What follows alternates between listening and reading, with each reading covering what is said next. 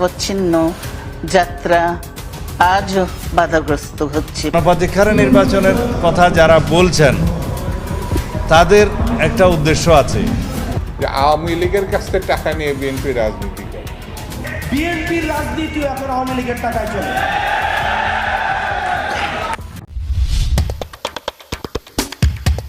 নির্বাচনের ঘণ্টা বাজতেই রাজনৈতিক পুরনো মিত্ররা খোলস পাল্টাচ্ছে। ফ্যাসিবাদ বিরোধী আন্দোলনে যে একতা দেখা গিয়েছিল, ভোটের হাওয়ায় তা যেন খড়কুটোর মতো উড়ে যাচ্ছে। তৈরি হচ্ছে নতুন সমীকরণ, নতুন মেরুকরণ। এই খেলার কেন্দ্রবিন্দুতে এখন বিএনপি বিরোধী এক শক্তিশালী জোটের উত্থানের গুঞ্জন, যা বাংলাদেশের রাজনীতির গতিপথকে আমূল বদলে দেওয়ার ইঙ্গিত দিচ্ছে। জুলাই বিপ্লবের পর মনে হচ্ছিল সব বিরোধী শক্তি এক ছাতার নিচে থেকেই নির্বাচনে লড়বে, কিন্তু নির্বাচন কমিশনের রোডম্যাপ ঘোষণার পর থেকেই দৃশ্যপট দ্রুত বদলাতে শুরু করেছে।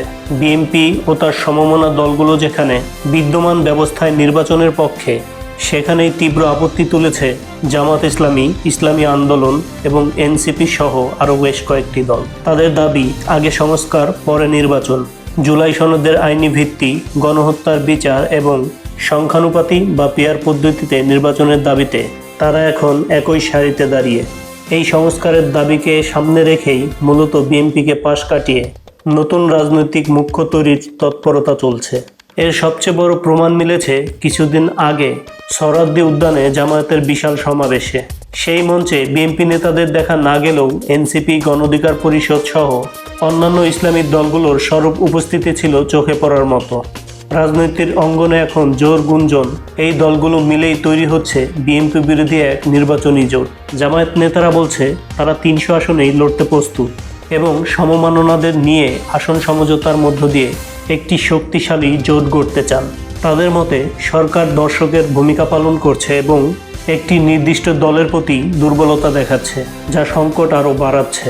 ইসলামী আন্দোলনের নেতারাও হুঁশিয়ারি দিয়েছেন, পিয়ার পদ্ধতি ও জুলাই সনদের আইনি ভিত্তি ছাড়া নির্বাচন হলে তা হবে প্রহসন মাত্র। তবে এই নতুন জোটের উত্থানকে সন্দেহের চোখে দেখছে বিএনপি। দলের স্থায়ী কমিটির সদস্য ইকবাল হাসান মাহমুদ টুকু সরাসরি অভিযোগ করেছেন, পিয়ারের মতো নানা দাবি তুলে পক্ষান্তরে আওয়ামী লীগকে রাজনীতিতে পুনর্বাসনের চেষ্টা চলছে। তার মতে একটি সফল গণ অভ্যুত্থানের পর জাতীয় নির্বাচন করাই প্রধান কাজ, কিন্তু বিভিন্ন সংস্কারের দাবি তুলে সেই পথকে জটিল করা হচ্ছে, যা শেষ পর্যন্ত ক্ষমতাচ্যুত আওয়ামী লীগেরই উপকার করবে। রাজনৈতিক বিশ্লেষকরা মনে করছেন, রাজনীতির মাঠ এখন পরিষ্কারভাবে বিভক্ত। একদিকে বিএনপি তার মিত্রদের নিয়ে পুরনো ধারায় এগোতে চাচ্ছে, অন্যদিকে জামায়াতের নেতৃত্বে একটি সংস্কারপন্থী জোট নিজেদের শক্তি পরীক্ষা করতে চাইছে। এই বিভাজনের ফলে ভোটের মাঠে একটি জটিল পরিস্থিতি তৈরি হতে পারে। সেখানে আওয়ামী লীগ বিরোধী ভোট ভাগাভাগি হয়ে গেলে তার সুবিধা কে পাবে তা নিয়ে থাকছে বড় প্রশ্ন। সুপ্রিয় দর্শক, আপনার ব্যক্তিগত মতামত আমাদের কমেন্ট বক্সে অবশ্যই জানিয়ে যাবেন। আপনি আসলে কোনটা চাচ্ছেন, আগে নির্বাচন নাকি আগে সংস্কার? ভিডিও ভালো লাগলে লাইক এবং শেয়ার করে দিন এবং চ্যানেলে প্রথমবার হয়ে থাকলে অবশ্যই সাবস্ক্রাইব করুন। প্রতিনিয়ত সকল নিউজ আপডেট সবার আগে জানতে আমাদের পেজটি ফলো করুন।